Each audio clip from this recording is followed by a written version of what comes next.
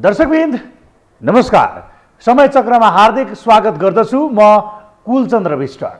इतिहास गर्विलो मात्रै हुँदैन, गौरव पहिचानको पनि पर्याय हो। तर आज यिनै इतिहासका अमूल्य निधिहरू निरन्तर बेचिने क्रम रोकिएको छैन। सत्ता र शक्तिको उन्मादमा सङ्ग्रहालय र धर्मशालालाई कौडीको भावमा कसले कति मिल्काउने भन्ने होड नै छ। यस्तै पछिल्लो समय पशुपतिनाथको तिलगङ्गामा रहेको धर्मशाला पनि बतास समूहलाई बिक्री गरियो। धार्मिक यात्रुका लागि भारत सरकारको सहयोगमा निर्माण भएको धर्मशाला यति बेला स्टार होटलको रूपमा सञ्चालन मात्रै गरिएको छैन, धर्मशाला परिसरलाई बतास समूह नाउको घरनाले अड्डा नै खडा गरेको छ।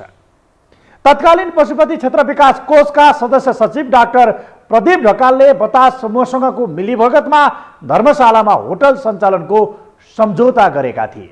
2 वर्ष अघिदेखि बतास समूहले धर्मशाला कब्जा गर्दै आएको छ। यो हेरौँ।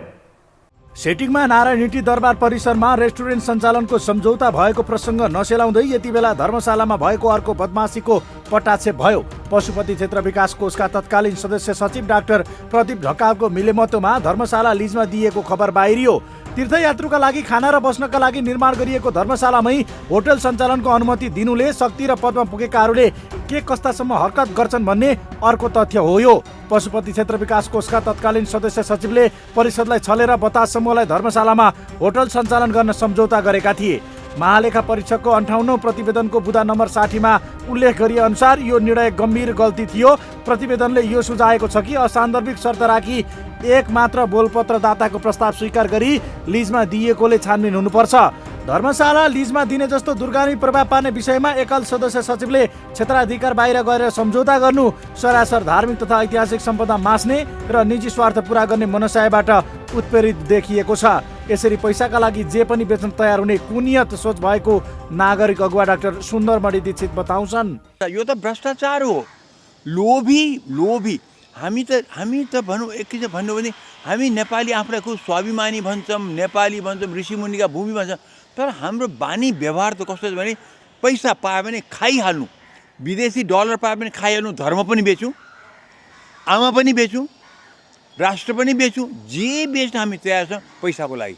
त्यस्तो पनि गर्न पाइन्छ। धर्मशालाको विषयमा महालेखा परीक्षकको प्रतिवेदन औल्याए पनि यता बतास समूहले भने धर्मशाला परिसरमा निजी कार्यालय, सोरुमदेखि थप संरचना निर्माणलाई निरन्तर अघि बढाउँदै आयो। मानौ यो धर्मशाला उही बतास अर्गनाइजेसनको निजी सम्पत्ति हो।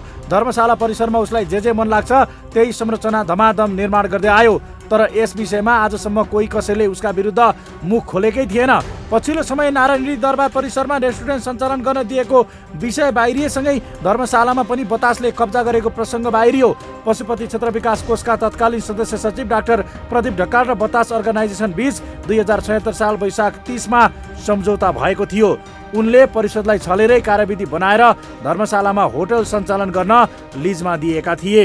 नारायण थानको जग्गालाई भन्नुहोस् अथवा पशुपति धर्मशालाको कुरा भन्नुहोस्, गोकर्ण रिसोर्टको कुरालाई भन्नुहोस्, ओम्नी ट्राभल्सलाई गरेको भ्रष्टाचार व्याभिचारको कुरालाई भन्नुहोस्, यो देशका सबैभन्दा अरबपति भनेको यो देशका सरबाराहरू। मुलुकको सभ्यता संस्कृति सम्पदा नै समाप्त गरेर अब मुलुकलाई समाप्त गर्ने, समाप्तोन्मुख गर्ने चाहिँ यो क्रिया भइरहेको। बतास समूहले धर्मशालामा होटल चलाए बापत कोषलाई मासिक 8,78,416 रुपियाँ तिर्ने सम्झौता गरिएको थियो। 2076 साल वैशाख 30 गते कोषका तत्कालीन सदस्य सचिव डाक्टर ढकाल र बतास अर्गनाइजेसनको तर्फबाट ओस्कर बतासले सम्झौता पत्रमा हस्ताक्षर गरेका थिए। बतासलाई धर्मशाला भाडामा दिन पशुपति क्षेत्र विकास कोषको सञ्चालक परिषदको स्वीकृति नै लिएको थिएन। नियमअनुसार पशुपति मन्दिरको पूजा सम्बन्धी व्यवस्था र तत्काल निर्णय गर्नुपर्ने विषयलाई मात्रै सदस्य सचिवको अध्यक्षताको कार्य सम्पादन समितिले गर्न सक्छ। दीर्घकालीन महत्त्व बोकेको विषयलाई संस्कृति पर्यटन तथा नागरिक उड्डयन मन्त्रीको अध्यक्षतामा बस्ने सञ्चालक परिषदमा लैजानुपर्ने हुन्छ। तर तत्कालीन सदस्य सचिव डाक्टर ढकालले कार्यविधि सञ्चालक परिषदबाट पारित नै नगरी कार्यविधि बमोजिम भन्दै गैर कानुनी रूपमा बताससँग करार सम्झौता गरेका थिए। धर्मशाला लिजमा दिने जे जस्ता निर्णय भए यसले के दर्शाउँछ भने ऐतिहासिक तथा धार्मिक सम्पदालाई सिद्ध्याउने सुनियोजित योजनाको यो एउटा नजिर हो। देखाउनका लागि 2000, 10,000, 20,000, 50,000, 5 लाखमा दिए भन्ने अर्बौँको तलमाथि गर्ने।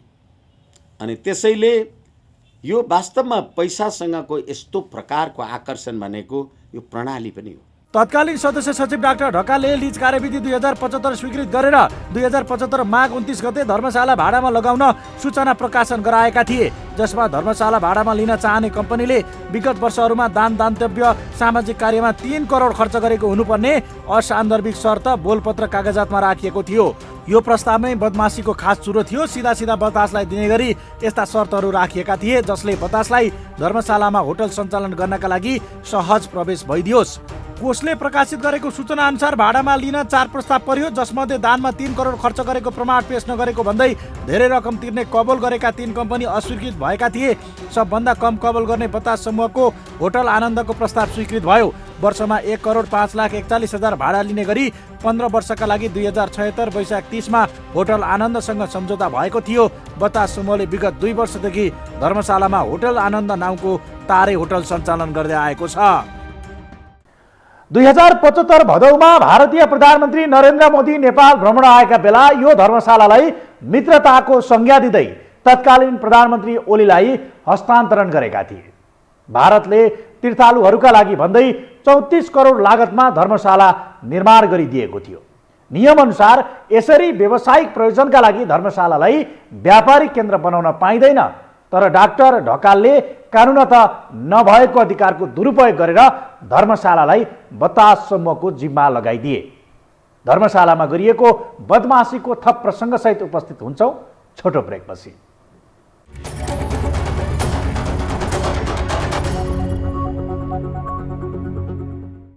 धर्मशालाको उद्देश्य यो हो कि तीर्थालुलाई सहजै खाना र बासको प्रबन्ध होस्, जहाँ उनीहरूले आफ्नो गच्छे र इच्छा अनुसार धर्मशालालाई सघाउन सक्छन्। धर्मशाला व्यापारिक प्रतिष्ठान होइन, जहाँ नाफा होइन सेवा भावले सञ्चालन गरिएको हुन्छ। तर पद र अधिकारको चरम दुरुपयोग गर्दै 2076 माघमा तत्कालीन सदस्य सचिव प्रदीप ढकालको सेटिङमै धर्मशालालाई बतास समूहको हातमा थमाइयो।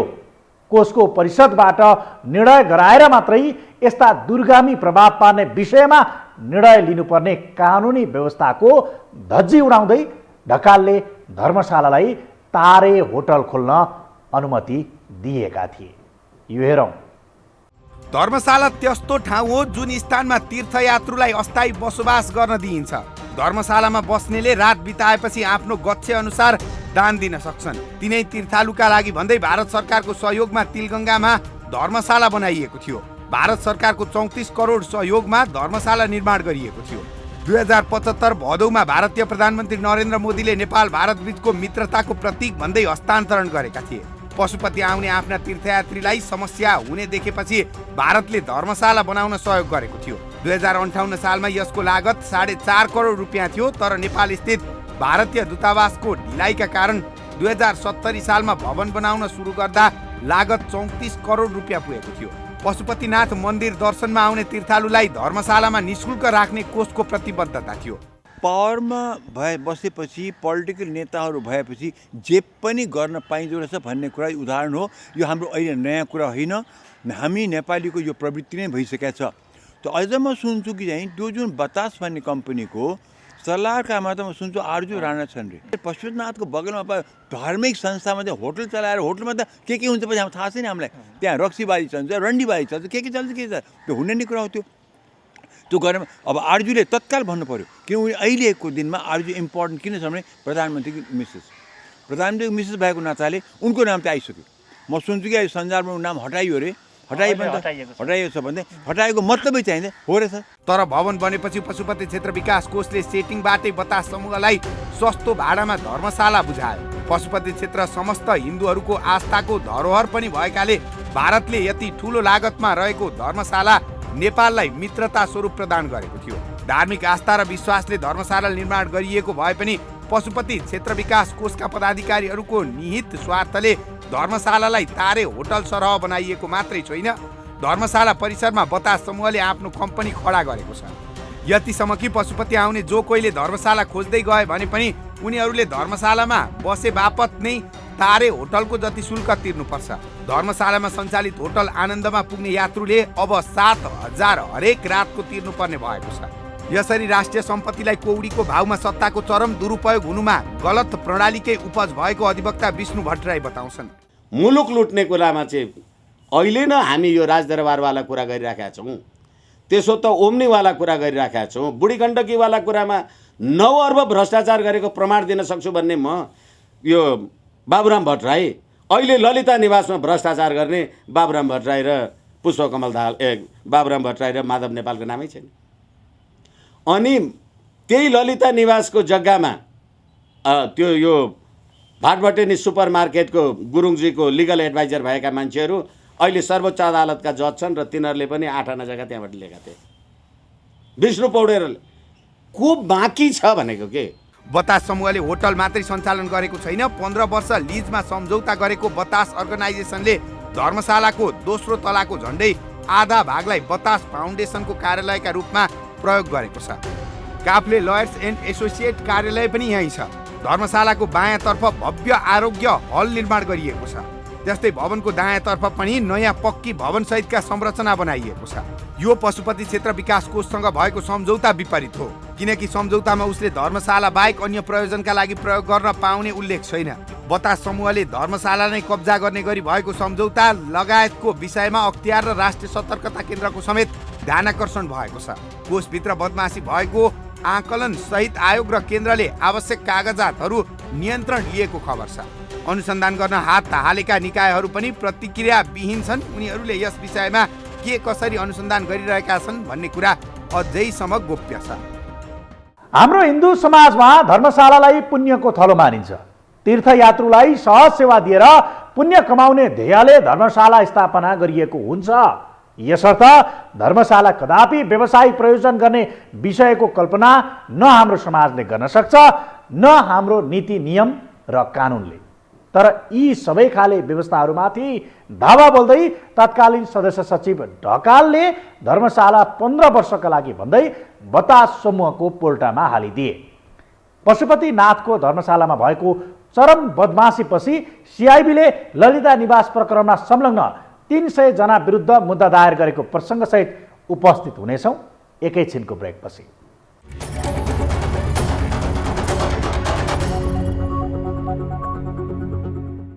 2 वर्ष लामो अनुसन्धानपछि सिआइबीले 300 बढी जना विरुद्ध अनुसन्धान गरेर सरकारी वकिल कार्यालयमा प्रतिवेदन बुझाएको छ। सिआइबीले हाई प्रोफाइलका व्यक्तिसहित कारबाही गर्न भन्दै बिहिबार अनुसन्धानको प्रतिवेदन बुझाएको हो। यसअघि अख्तियारले 175 जना विरुद्ध मुद्दा दायर गरे पनि अन्ततः विजय कुमार गच्छदार सहितलाई धरौटीमा रिहा गरिएकोले सिआइबीको मुद्दामा पनि उन्मुक्ति हुने आशंका निकै बढेको छ। यो हेरौँ। केन्द्रीय अनुसन्धान ब्युरोले बालुवाटार जग्गा घोटाला प्रकरणको अनुसन्धान प्रतिवेदन काठमाडौँ जिल्ला अदालत सरकारी वकिलको कार्यालयमा बुझाएको छ। ब्युरोले 300 बढी व्यक्तिलाई प्रतिवादी बनाएर अनुसन्धान प्रतिवेदन बिहिबार सरकारी वकिलको कार्यालयमा बुझाएको हो। तर ब्युरोले प्रतिवादी कतिजना र बिगो कति राखेर अनुसन्धान प्रतिवेदन तयार पारिएको भन्ने बारे खुलाएको छैन। यस्तै प्रतिवादी बनाइएका र पक्राउ पूर्जी जारी भएका कसैलाई पनि पक्राउ नै नगरी अनुसन्धान प्रतिवेदन बुझाइएको छ। 2 वर्ष लामो अनुसन्धानपछि सरकारी निवासको जग्गा घोटाला गर्ने व्यक्ति भनी किटान गरिएका कोही व्यक्ति भने पक्राउ नै परेका छैनन्। सिआइबीबाट 300 बढी व्यक्ति ललिता निवास जग्गा प्रकरणमा संलग्न रहेको दावी गर्दै मुद्दा चलाउन थालिएको हो। तर यसअघि ललिता निवास जग्गा प्रकरणमा 2 पूर्व प्रधानमन्त्री माधव नेपाल र डाक्टर बाबुराम भट्टराईको नाम मुछिएको भए पनि सिआइबीले क्षेत्राधिकार बाहिरको भन्दै उन्मुक्ति दिएको छ। राजनीतिक शक्तिको आडमा दोषीलाई उन्मुक्ति दिने गलत नजिर भएकोले कारबाही भइहाल्ला भन्नेमा ढुक्क हुने स्थिति छैन। ललिता निवासको काण्डको पनि देख्यौँ र अहिले हालमा चाहिँ नारायणको कुरा लिँदाखेरि त यो त कस्तो भन्दै लुटे भए जस्तो बुझ्यो। यो को मिलेका छन्, माथिल्लो तहको पोलिटिकल पार्टीको नेता नमिलिकन यस्तो हुन सक्दैन। र अहिले खास गरी ललिता निवास हुँदैछ देखिहाल्नु, त्यहाँ पनि सबैले छुट्नेवाला छ। म पक्का थाहा छ मलाई। त्यहाँ 2-3 भुराहरूले समाज छ, बाँकी के हुँदैन। यसअघि अख्तियार दुरुपयोग अनुसन्धान आयोगले पूर्व मन्त्री सहित 175 जना विरुद्ध मुद्दा दायर गरेको थियो। अख्तियारबाट दायर गरिएको मुद्दा अनुसार बिचौलिया र केही कर्मचारीले सजाय भोगिरहे पनि हाई प्रोफाइलका व्यक्तिलाई उन्मुक्ति दिएको थियो। त्यसको गतिलो उदाहरण कांग्रेस नेता तथा पूर्व मन्त्री समेत रहेका विजय कुमार गच्छदार विशेष अदालतबाट धरौटीमा रिहा भएका थिए। धरौटीबाट रिहा भएसँगै पार्टीको 14औं महाधिवेशनमा उपसभापति पदका लागि चुनाव लडेका गच्छदार प्रधानमन्त्री देउवाका निकट भएको बताइन्छ। अख्तियारको मुद्दामा धरौटीमा रिहा भएका उनै कङ्ग्रेस नेता तथा पूर्व मन्त्री विजय कुमार गच्छदार सहित 300 जना भन्दा बढी विरुद्ध मुद्दा चलाउने भनिएको छ। पूर्व मन्त्री गच्छदार सहित अख्तियार दुरुपयोग अनुसन्धान आयोगका तत्कालीन प्रमुख आयुक्त दीप कुमार बस्नेत, भूमि सुधार मन्त्रालयका छविराज पन्त, दिनेश अधिकारी, पूर्व सचिव नारायण गोपाल मलेगो लगायतका 300 जना विरुद्ध मुद्दा चलाउन लागि हो। जसलाई संविधानको धारा 101 महाभियोग लाग्न सक्छ, त्यो 101 लाग्न सक्नेलाई अख्तियारले गिरफ्तार गर्न सक्दैन। अनि म पदमा भएको अकुत भ्रष्टाचार गर्छु, मलाई समाउन पाउँदैन। अनि सडकमा बसेका मान्छेलाई कसले गएर 5,000 50 लाख घुस भ्रष्टाचार दिन्छ र अनि अख्तियारले समाउने? ललिता निवासको कुरा हेर्नुहोस् न, कुनै राजनीतिक पदको मान्छेलाई कार्यवाही भएको छ भने अपराधीको राजनीतिकरण, राजनीतिको अपराधीकरण। बालुवाटार जग्गा प्रकरणमा बिचौलियाको आरोप लागेका शोभाकान्त ढकाल, रामकुमार सुवेदी र माधवी सुवेदीलाई प्रहरीले पक्राउ पनि गरिसकेको छ। उनीहरू अहिले थुनामा छन्, बाँकी अन्य कोही पनि पक्राउ परेका छैनन्। पक्राउ पूर्ति जारी भएका मध्ये अख्तियार दुरुपयोग अनुसन्धान आयोगका पूर्व प्रमुख आयुक्त बस्नेत विरुद्ध भ्रष्टाचार गरी कालो धन आर्जन गरेको अभियोगमा सम्पत्ति शुद्धिकरण अनुसन्धान विभागले समेत अनुसन्धान गरिरहेको छ। उनीसँगै छोरा कमल बस्नेत, ज्वाइँद्वय प्रज्वल अधिकारी र मनोज सुवेदी अनुसन्धानमा तानिएका छन्। ललिता निवास प्रकरणमा तानिएपछि बस्नेत विरुद्ध अख्तियारले नै सम्पत्ति शुद्धिकरण प्रयोजनका लागि लेखी पठाएको थियो। लोकमान सिंह कार्की बर्खास्तमा परेपछि बस्नेत अख्तियारको प्रमुख आयुक्त बनेका थिए। बालुवाटार स्थित ललिता निवासको 142 रोपनी 6 आना जग्गा व्यक्तिको नाममा गएको र त्यसरी व्यक्तिको नाममा पुर्याउँदा भूतपूर्व मन्त्री, सचिव, बिचौलिया लगायतको संलग्नता रहेको देखिएपछि ब्युरोले अनुसन्धान थालेको थियो। सुनकाण्ड, ललिता निवास काण्ड यी यस्तै चर्चित काण्डहरू भए पनि संलग्नहरूले उन्मुक्ति पाउने गरेका छन्। सत्ता र शक्तिको आडमा कानुनलाई खरिद गर्ने र त्यसैको आडमा दोषबाट उन्मुक्ति हुने जुन गलत प्रवृत्ति छ, यसैका कारण ठुलालाई चैन र सानालाई ऐन हुने नियति छ। पछिल्लो पटक सिआइबीले पनि ललिता निवासको जग्गा प्रकरणमा 300 जना बढी दोषी ठहर गरेको छ र प्रतिवेदन बुझाएको छ। प्रतिवेदन अनुसार को कसलाई कसरी कारबाही हुन्छ भन्ने कुरा अझै नखुलेकोले सेटिङमै उन्मुक्तिको प्रयास त हुँदै छैन भन्ने संशय यथावत छ, जसले दण्डहीनतालाई प्रश्रय मात्रै दिने छैन, कानुनी राज्यको चरम उपहास हुने पक्का छ। समय चक्रका साथै यस टेलिभिजनका सम्पूर्ण समाचार बुलेटिन, कार्यक्रम yohoTelevision.com, yohoखबर.com, युट्युब र फेसबुकमा पनि पढ्न र हेर्न सक्नुहुनेछ। मोबाइलमा योहो टिभी एप डाउनलोड गरी हामीलाई प्रत्यक्ष हेर्न सक्नुहुनेछ। समय चक्रको आजको प्रस्तुति सकियो। अहिलेलाई बिदा दिनुहोस्। नमस्कार।